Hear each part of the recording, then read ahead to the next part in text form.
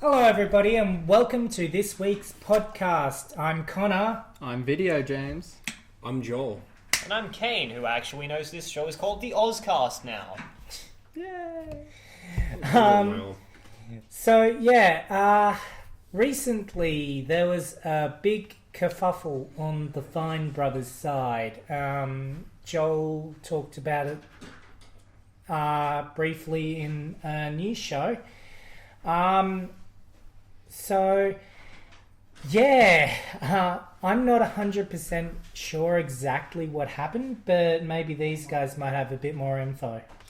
So, basically, long story short, on Tuesday, they tried to launch this new network called React World, I believe, and it was basically this thing of you could share, so basically, you could partner with them, and they would take a portion of your profits, but you would be able to use their logos, their music, basically all their branding shit, and they would advertise for you as well. Now, I actually found this interesting. I'm going to go back a bit, but before they started this channel, apparently, I wouldn't call it like a typical YouTuber where they just do it and they kind of build up. Apparently, they actually had a bit of money on the side. I'm not sure how much, but from what I understand, actually quite a bit of money.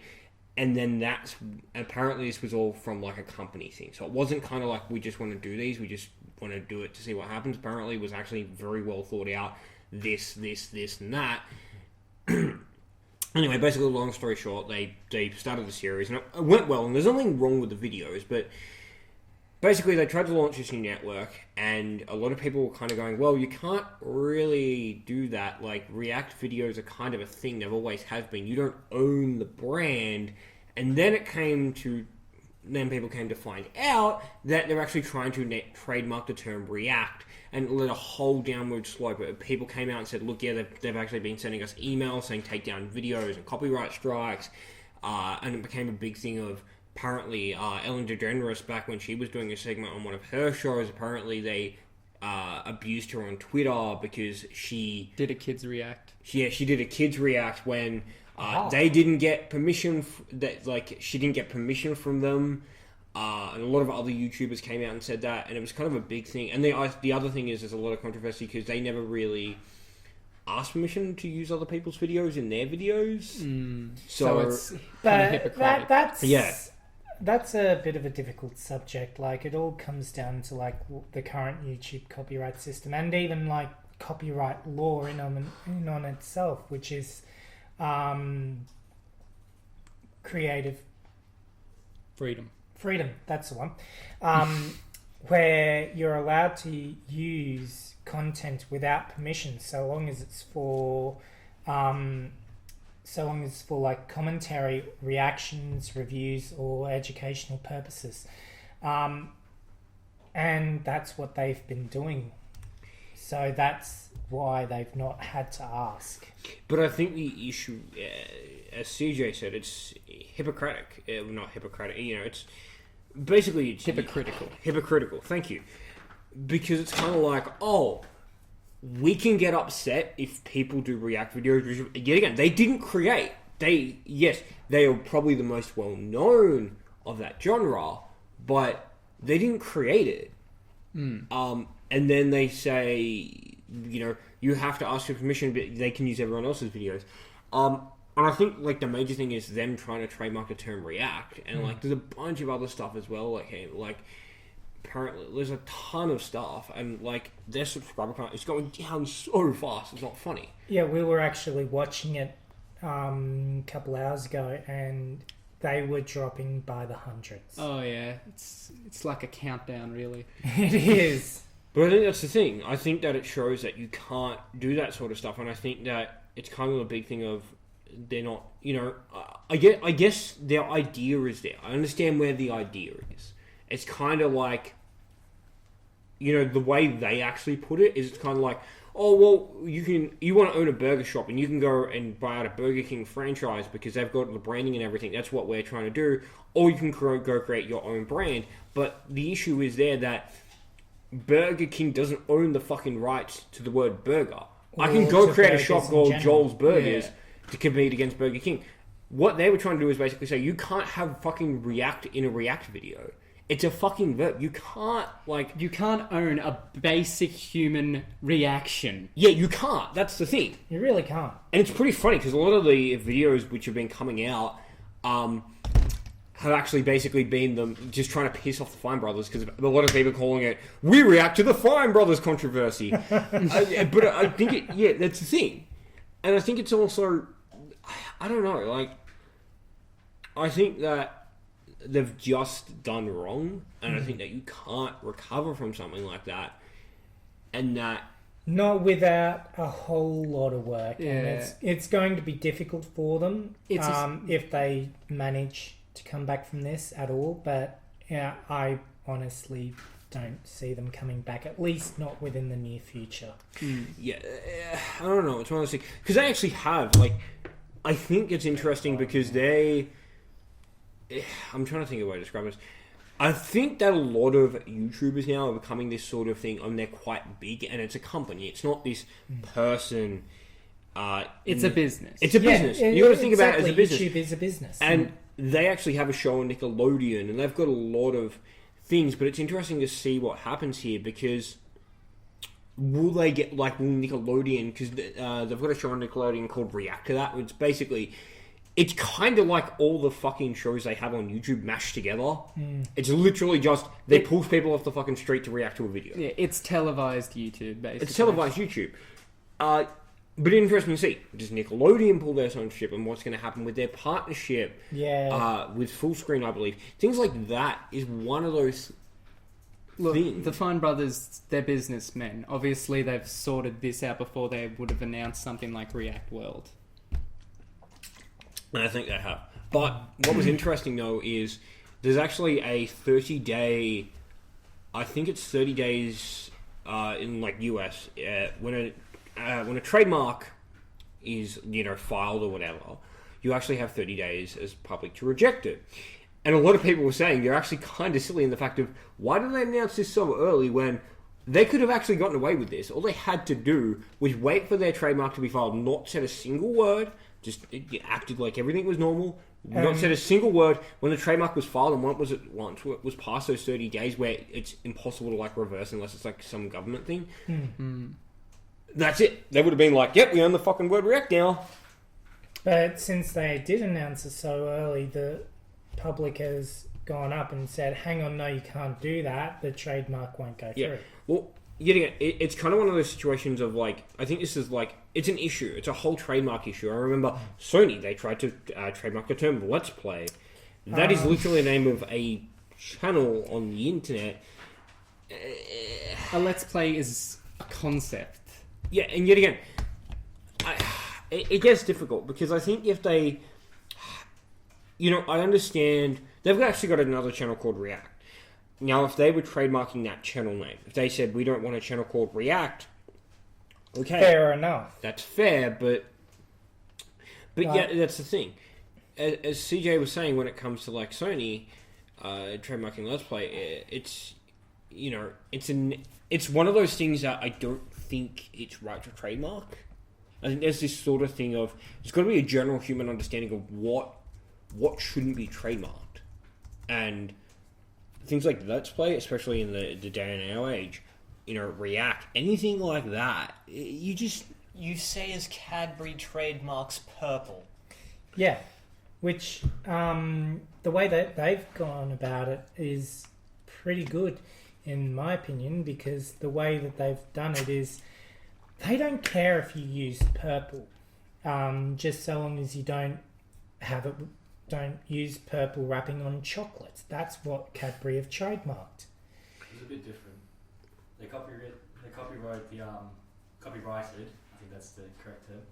I think it was the hexadecimal code of the certain purple they used. No, It's the entire spectrum of it's the purple. entire spectrum of There purple. is a difference. Trademarked the certain purple, and so you're not allowed to use that one purple. It's the No, same- any The purple. entire spectrum of Yeah. purple. That's right. 50 Shades of Purple. Coca-Cola did the same thing.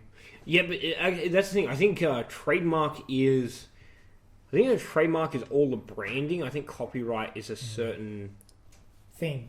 Is the name of a thing. Yeah. But yet again, And it's a whole trademark issue. I remember I watched this guy. He's got a show called Last Week Tonight.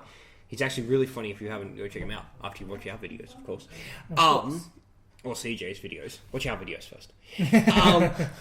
But he was actually he done a story on trademarking, and it was quite interesting because it was talking about companies that legitimately they don't do anything. All they do is go and find trademarks, and they trademark the stupidest things like a signal going from one computer to another, the idea of a machine taking a signal, things like that.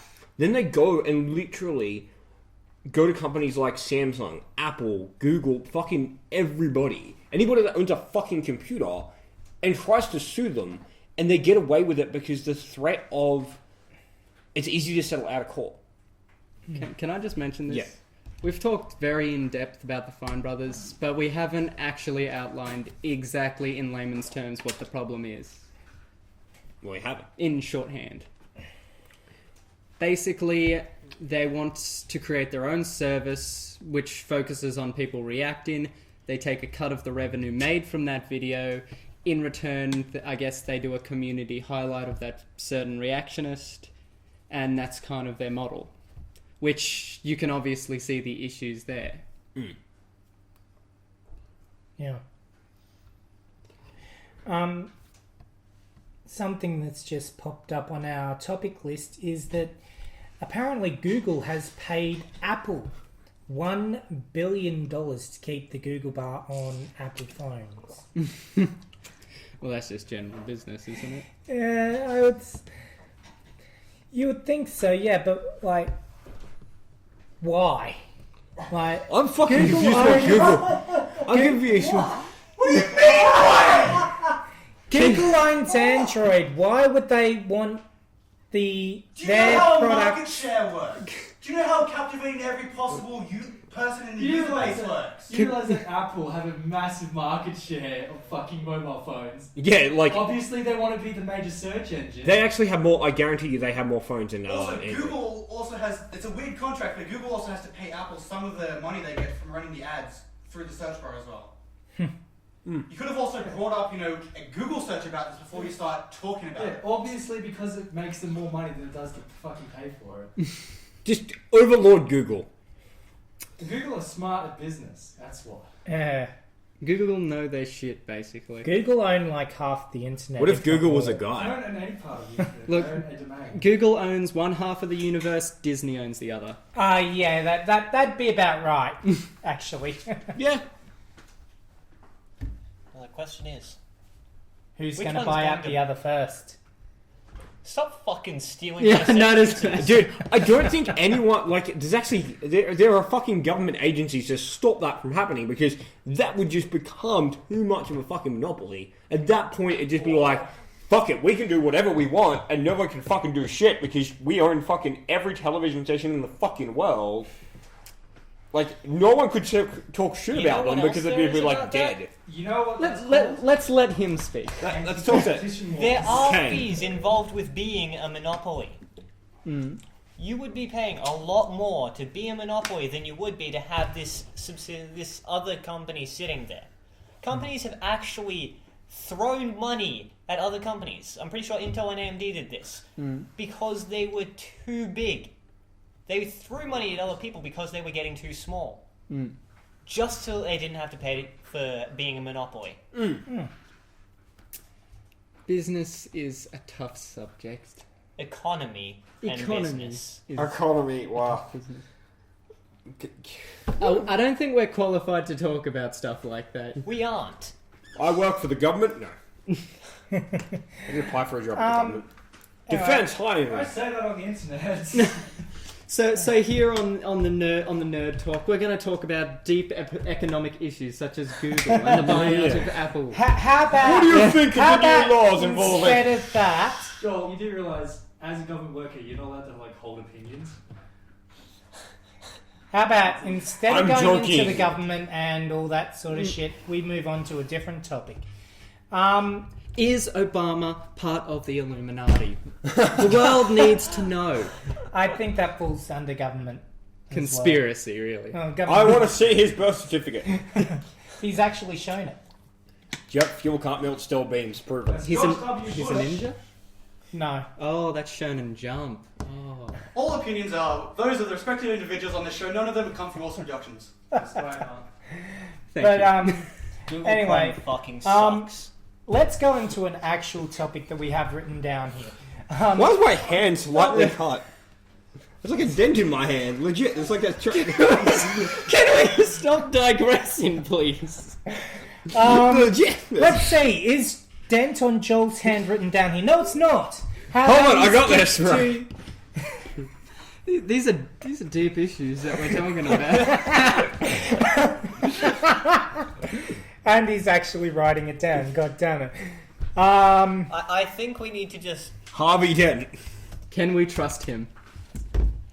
How about are old movies or old anything better than new movies or new of Old their anything yet. modern Are- counterpart? Are old movies better than new movies? Yes.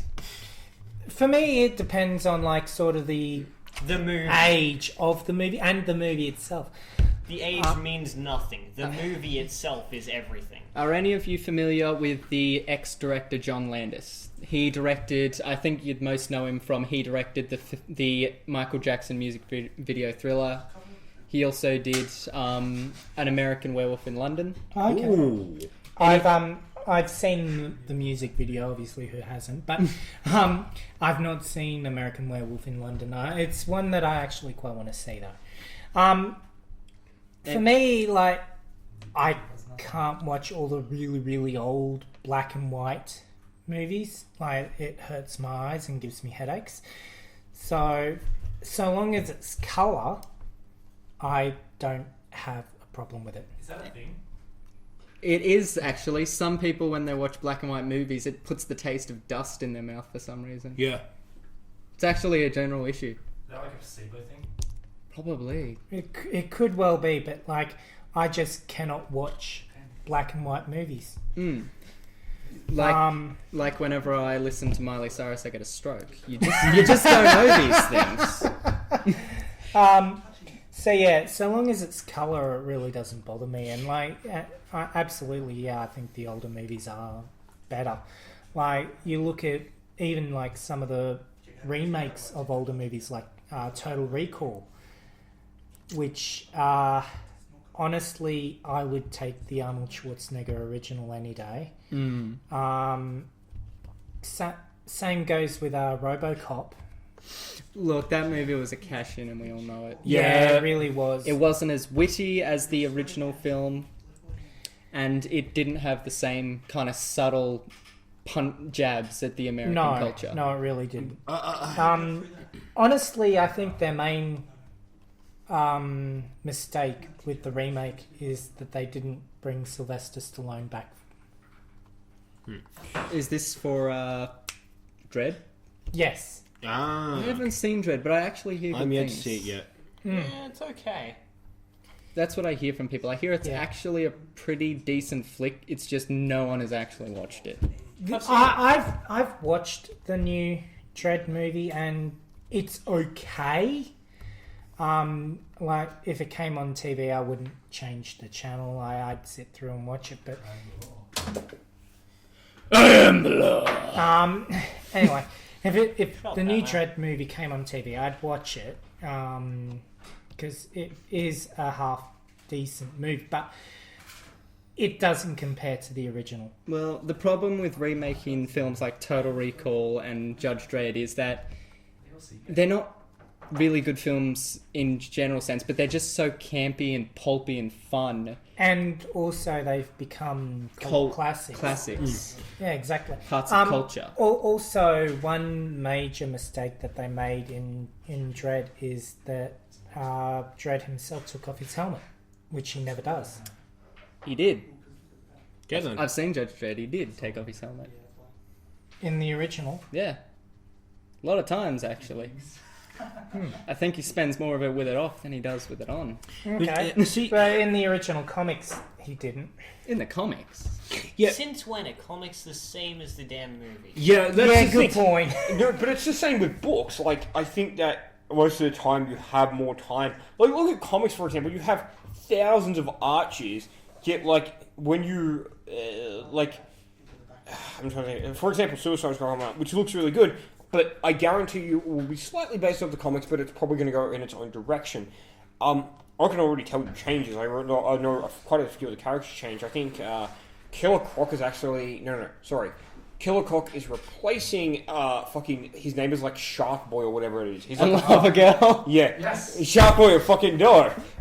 No, but it's like some shark creature, but like he's not well known unless you read the comics, so they're like replacing, and I think that's what they do. A lot of times, books or comics are generally converted into television shows or movies, and they can be done very, very well, but I think they have to be careful. You want to keep some originality, but you want to also have some sort of like new sort of thing as well, like a bit of both. Okay. Well, here's a good point, sort of on what you're saying, like how a lot of movies which are based on comics do change and adapt it to make it a bit more maybe suitable for TV or movie. And Big Hero 6. Like, Big Hero 6 was based on Marvel Comics, which some people didn't know. Most people who've seen the movie do because of the Stan Lee cameo. But no, the original Big Hero 6 Baymax wasn't an inflatable nurse.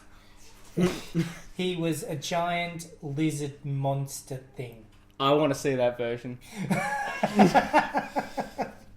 Yeah, see, it's interesting though, because that, like, they definitely turned it into more of a Disney movie. Like, I think they could have actually gone in a Big Hero 6 direction of, like, a adult version, but I think that you've got to be careful, and I think maybe they looked at that storyline and said, look, why don't we change this, and this? Great, we've got our next major kids movie for Disney. And I think that's the thing. Maybe it was on the thing of...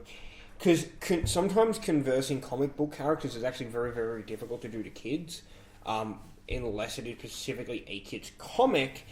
Superheroes are very difficult because superheroes have always had that sort of dark sort of thing. For example, they're actually making... I don't know, it's one of those things. Like, but I'm actually excited for things like Batman the Killing Joke, where it's... If you don't know the storyline, it's incredibly... Continue. It's incredibly dark. It's actually going to be R-rated, hopefully. And it's basically, long story short, Commissioner Gordon gets kidnapped by the Joker, which he does in some of the comics. But what I believe happens is his daughter is also kidnapped.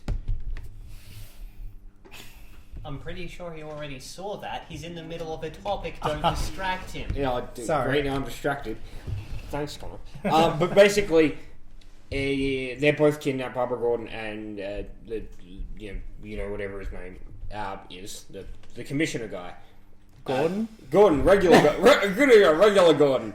And basically, I think the Joker like murders his daughter, and like Commissioner Gordon stripped naked. It's like really fucked up. It's really good to see in a movie. I can't wait to see it actually. But point is, basically, yeah, he's stripped naked, forced to watch his daughter like mutilated, and like Joker like tortures him as well, and like it drives him insane.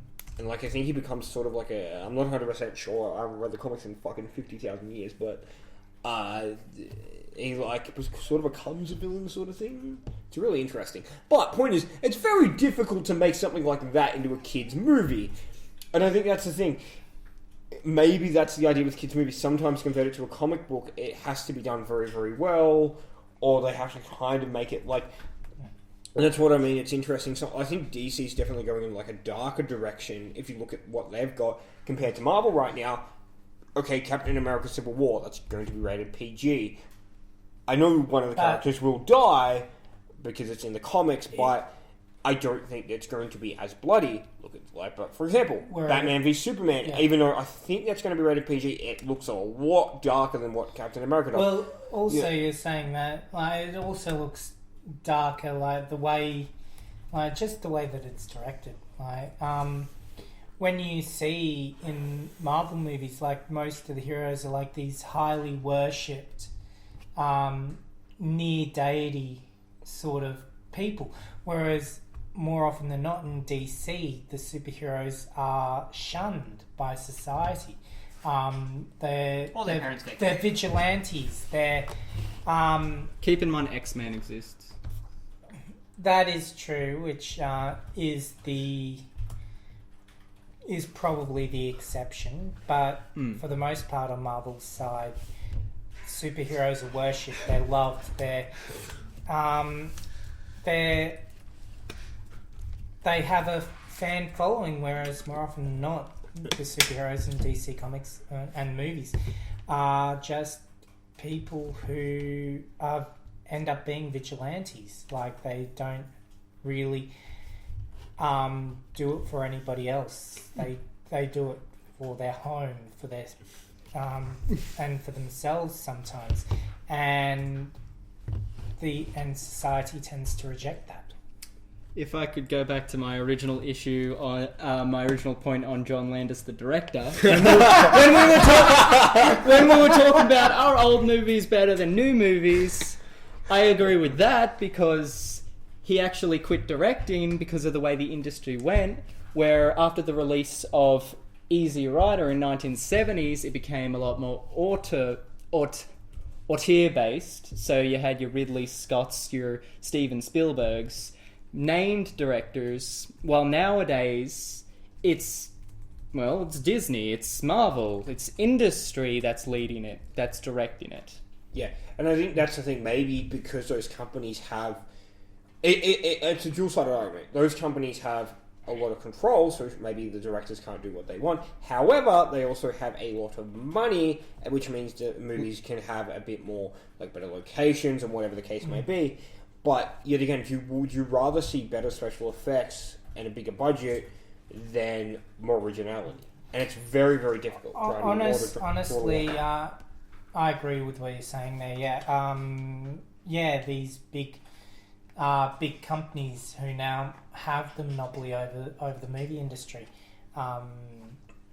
they are able to pour billions of dollars in some cases into a movie, and smaller companies just can't afford that. But the smaller companies want to do their own separate thing, and whereas all the big companies want to keep going with what's already working for them, what's already bringing them money. So we're seeing more sequels and more remakes. I think the only real exception to that in the recent movie releases would have to be Avatar by James Cameron. Like, that has to be... I would say that's probably the first completely original story we've seen in a while. I guess what my issue is I like it when it's a director at the helm who gets say over what the product they're making is. And I still think that works today. Like, the biggest films released over the past 2 years, Mad Max Fury Road, The Hateful Eight, The Martian, all auteur directors leading the charge. And I think that's probably why Cameron is so good. Like, he makes such good movies, because he's the writer and he's the director. He gets all the say as to what happens in his movies, but he's also got the cash flow behind it to pour what he needs into his movies, because he is such a good director and such a good writer. And I think that the other thing going on to that is, like, crowdfunding. I think a lot of these directors, or even independent ones that people have never heard of, there's a massive thing that there's crowdfunding websites absolutely everywhere. And I think that's sort of, it's giving a bit more control over what wants to be made. And I think even to a certain degree, I think companies, big movie studio companies, are also using that to kind of see what people want. Because I think the issue is, when you're making a movie, it's a risk. You kind of have to guess what people want and pray that it's going to be good. But if it's crowdfunded, or if people, for example, it comes to mind, the Deadpool movie, yet again, because when a promo was released, fans just went nuts, and that's when Fox said, "Oh shit, we will make money with this movie." Even though basically when the Deadpool promo was first released, like the very first one that we ever saw, it wasn't even confirmed that it was going to happen. No. That's In fact, why. And he didn't even have the role of Deadpool yet. He just basically dressed up in a Deadpool costume and did this thing. And it ended up actually being made into a movie. And I think it's one of those things where, it's the thing, crowdfunding. I was going back on the crowdfunding, that it's the audience has a bit more control over what they want now. And I think that maybe that's going to bring a bit more originality. Quite possibly. I think that when you start putting control over the product into the hands of investors and all these people, you take away from the real idea. Like, if I can give an example, a lot of people are hyped over the new Final Fantasy VII Remake, but honestly, I think it won't even be anywhere good. Like, the original one, it was alright, but people played it at a time where it was really embracing for them. But when since they want to remake it episodic, it's not handled by the original people.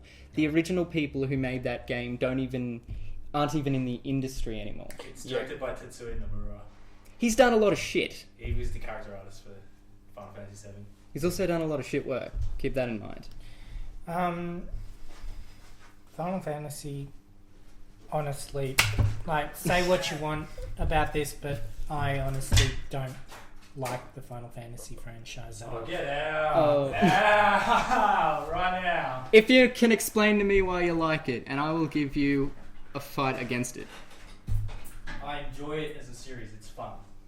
Come over here close to the mic so they pick you up better. Yes. It's Make your argument where they can hear you. This podcast has now become a debate. Yeah. Come over here. Noisy.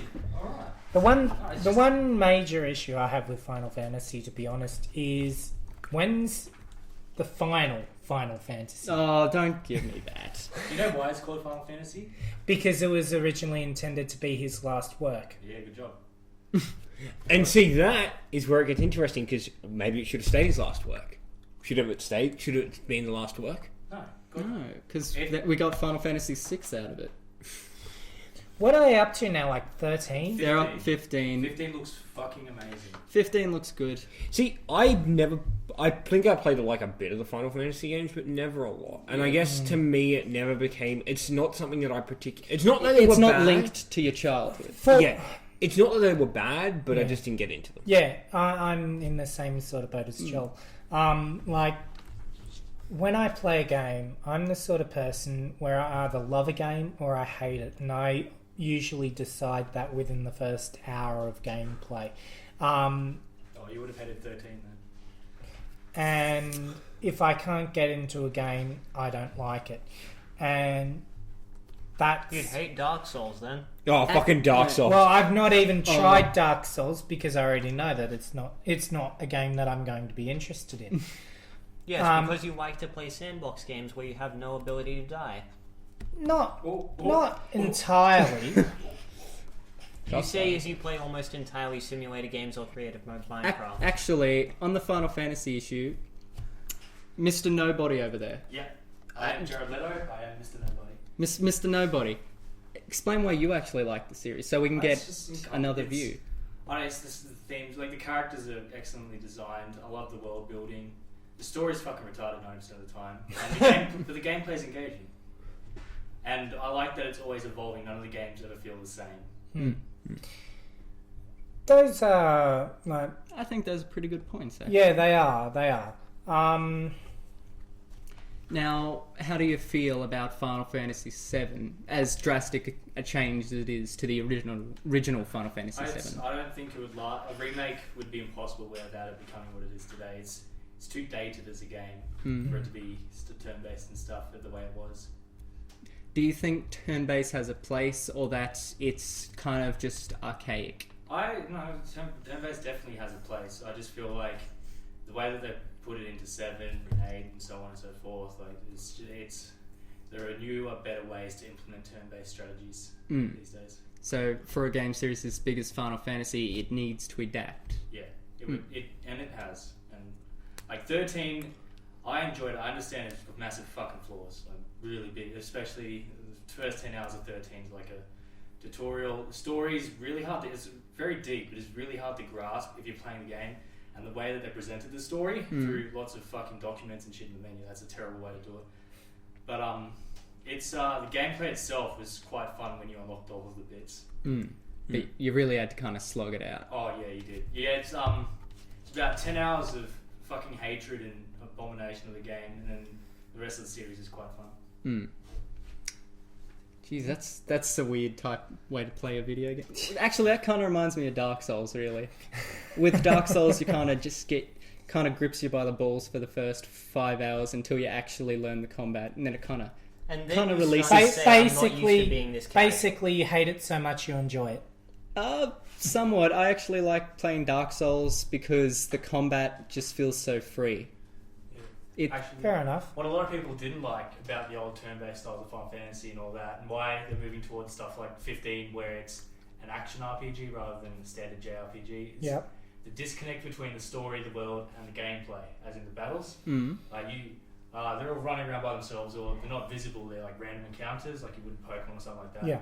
It's a very big disconnect, and it's hard to be immersed in something like that when you have like a massive gameplay change like that without any sort of reason.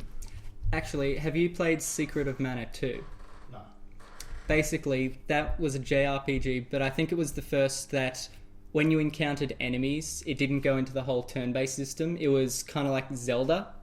So it still had it still felt like a Secret of Mana Final Fantasy game, but the combat wasn't turn-based. And I felt like it handled it really well. And I actually think series can actually adapt. I agree with you. Okay.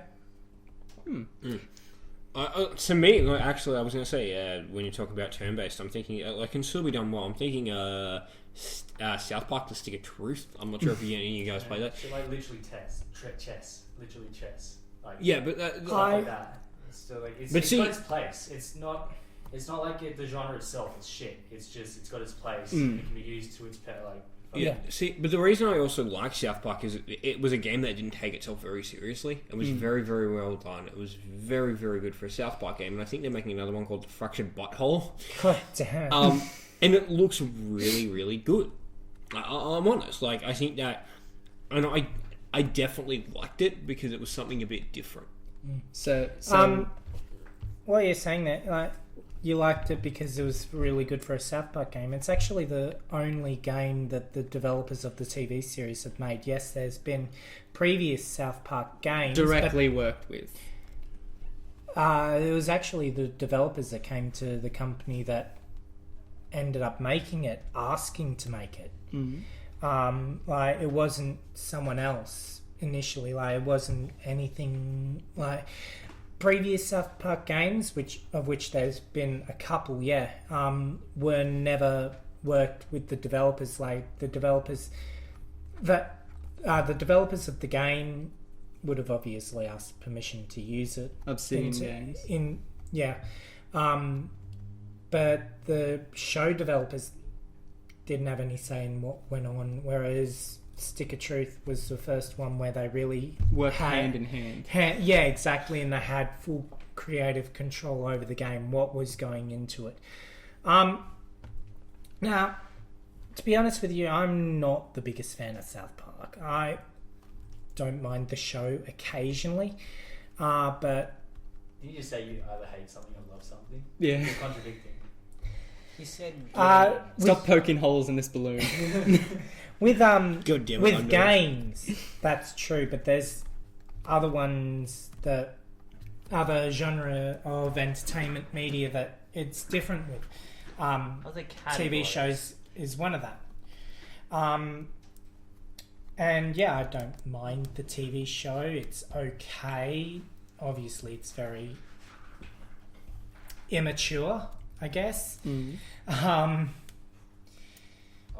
it's really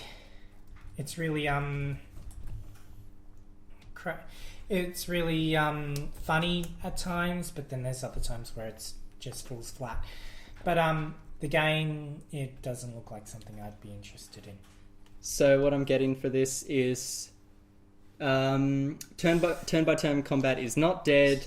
old films are better than new films, and that the Fine Brothers are completely abominable. Yeah.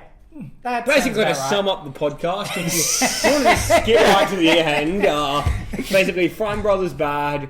Yeah, Turn-based combat, pretty good.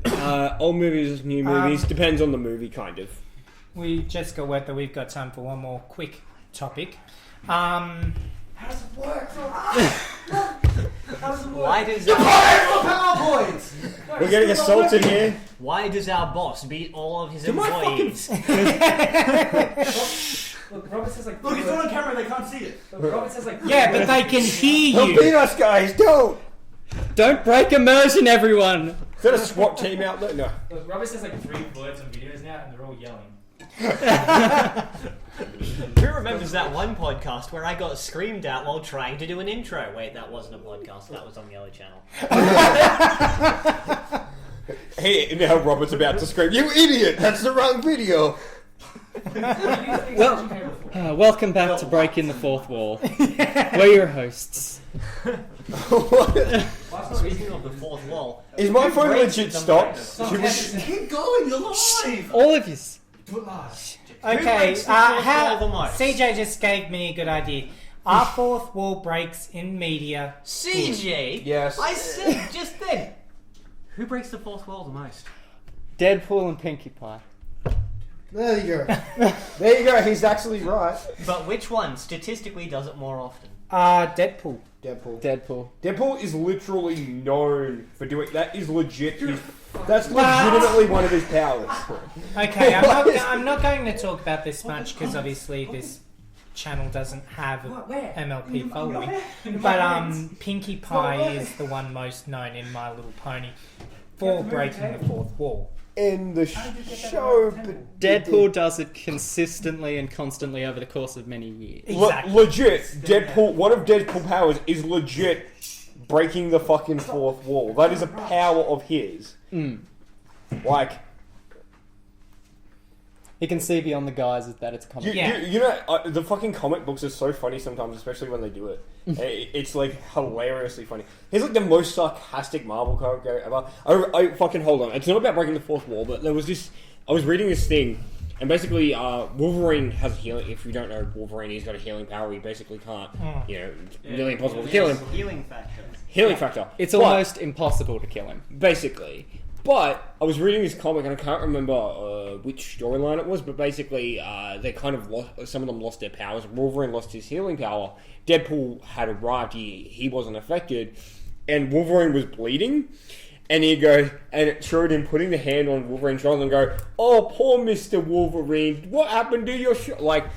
Did you lose your healing factor?" It was like It was something like that. I can't remember the exact words, but it was kind of like, "Poor little Wolverine, what happened to your little healing factor?" or something. And it was just so funny. He's like the most sarcastic assholic, but yet so good comic book character. He's probably one of my favorite comic book characters, and going to probably be a movie. This is actually a secret plug for the movie. Go see the film on, what is it, February? 14th, I believe. Feb 12th. It comes out for 12th? 10 days. Yeah, on 10 days. on You guys- Valentine's Day. 10 days. This might not be published on this day that we're recording. Oh, I hope you enjoyed You're that. a bunch of fuck. That was a good movie, wasn't it? to date the video! Woo! So how about that Donald Trump, eh? No. What about the last 10 podcasts? Oh, Hold on, wait, no, legit story here. We were playing, it's just, You lost Iowa by 4%. my stepmom came up with this game. Yeah. My stepmom came up with this game, and you basically put, like, people's names, like, famous people, into a hat. You draw them, and then you have to, like, there's 3 rounds. You've got to say 2 words, 1 word, and then do kind of like a charade to describe them. And I was on a team with my older sister and my younger sister, and we're going through, we were making up these codes for them, because it was the final round where it's charades. And we go, we need to think of one for Donald Trump. And my little sister, without a doubt, I have no idea, she just goes like this. And that was the signal for Donald Trump, because he's always messing with his hair. So literally, I have no idea. I just cracked up. It was the most hilarious thing. And when my parents saw it, because she's like, "Donald Trump," instant signal. My parents just cracked up laughing. did they Did they get it? Did they Yeah, get? no, we got it because No. basically we have to do it. Tell me. Did they give her a small loan of $1 million? Oh my god. China. Oh, that fucking image, and it's Donald Trump's That dad. It's failed Donald Trump's dad and Donald miserably. Trump. And it's like, one of these men worked really hard. One of them didn't. I wouldn't say. You gotta edit that in now. I was going to say he worked pretty hard to earn. What is he worth now? He worked really hard. Don't say it, you'll sue if you get it wrong. He's gone bankrupt 4 times. He's not clever at all. He worked really hard to get. He worked really hard to get his dad's money. That's what he did. There's a saying. It's from Richard Branson. It's not like if you fail. It's about how you recover. And that's because I'm not using his print learning ball. experiences. Because like Richard Branson himself, he failed with Virgin Cola. Nothing went nowhere. But it was a massive learning experience as a Because I want to drink fluids associated with Virgin. Also, if you want to be Virgin part fluid. of this podcast, why don't you come over here? I got a brand to protect. My face. He's got to protect his assets. I'm gonna take a photo of his I kind of face. do. It's as an artist or wanting to be. I'm not really an artist yet. You gotta do that sort of shit. You got to. Yeah, fucking CJ's over here just Yeah. like, bro. I'm an artist. I can do this. Yeah, black bar over the. Bro, I'm going for high powered jobs here, and I'm just like talking about how Donald Trump and the fucking government sucks monkey dick. I'm an amateur voice actor, which granted probably isn't as big as being an artist or the jobs that Joel's going for, but still. As basically, we're saying, everyone, follow your dreams, follow your heart, do what you want to do. Oh, you're fired! That's Except my dreams. Yes, I did it! Connor's just been fired, ladies and gentlemen. I just read my script Yeah, wrong, this and I is thought about that said the, take shirt off.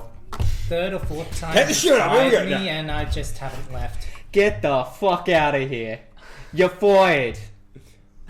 Why did you sound Yeah, British I'll all of stay a right sudden? here, thank you. You're I like fired! it here. Oh, now for my cup of tea. Weird topic. Why do British drink tea like that? Is it like they're giving us all? Okay. I think that about covers it for this week. I think we should probably wrap it up. Yes. So thank you guys so much for watching this video. If you liked it, please remember to click like, comment down below with things you want us to talk about, and also don't forget to subscribe. And I'm pretty sure that Beckley is now covering my face. Hey, Thank oh, you good for that. guess. Hey, we've had you censored before. You suck. Anyway, I thought he spoiled. thanks for watching this video, and we'll see you all next time. It's been swell. Final quote: don't fail hard, fail well. That's a good quote.